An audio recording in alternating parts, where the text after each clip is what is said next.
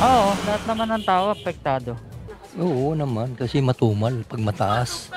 Eh kung mababa, mabili.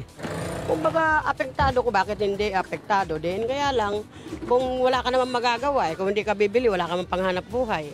Taga lang talaga.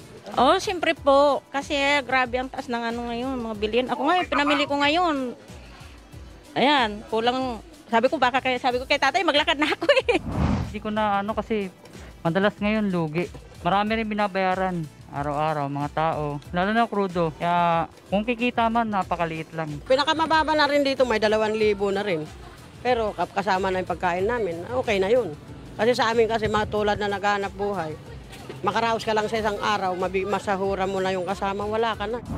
1.9 lang eh.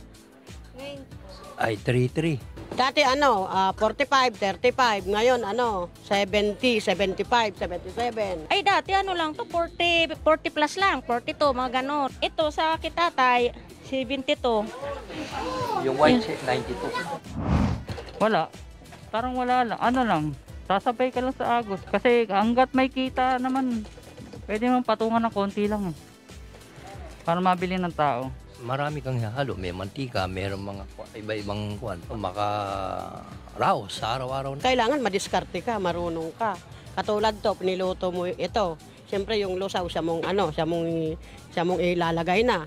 Tapos siyempre yung lusaw, siyempre malalagyan yung asukal, di ba? O, budbura mo lang ng konti, karaos na. Ibig sabihin, hindi ko magastos sa asukal. Ito, binibili ko para tingi-tingi, para akayang ano nang bili ng mga tao. Pero puti, bumibili ko, yun ang riniripak ko. Yung afford lang talaga ng tao. Tingi-tingi nga lang. Yung parang tag 3 piso, para pang ano lang sa mga tao, yung pangkape nila, isang gamitan daw. Oo, kasi kailangan ng tao.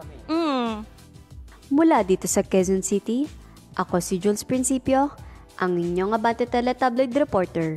Walang inaatrasang balita.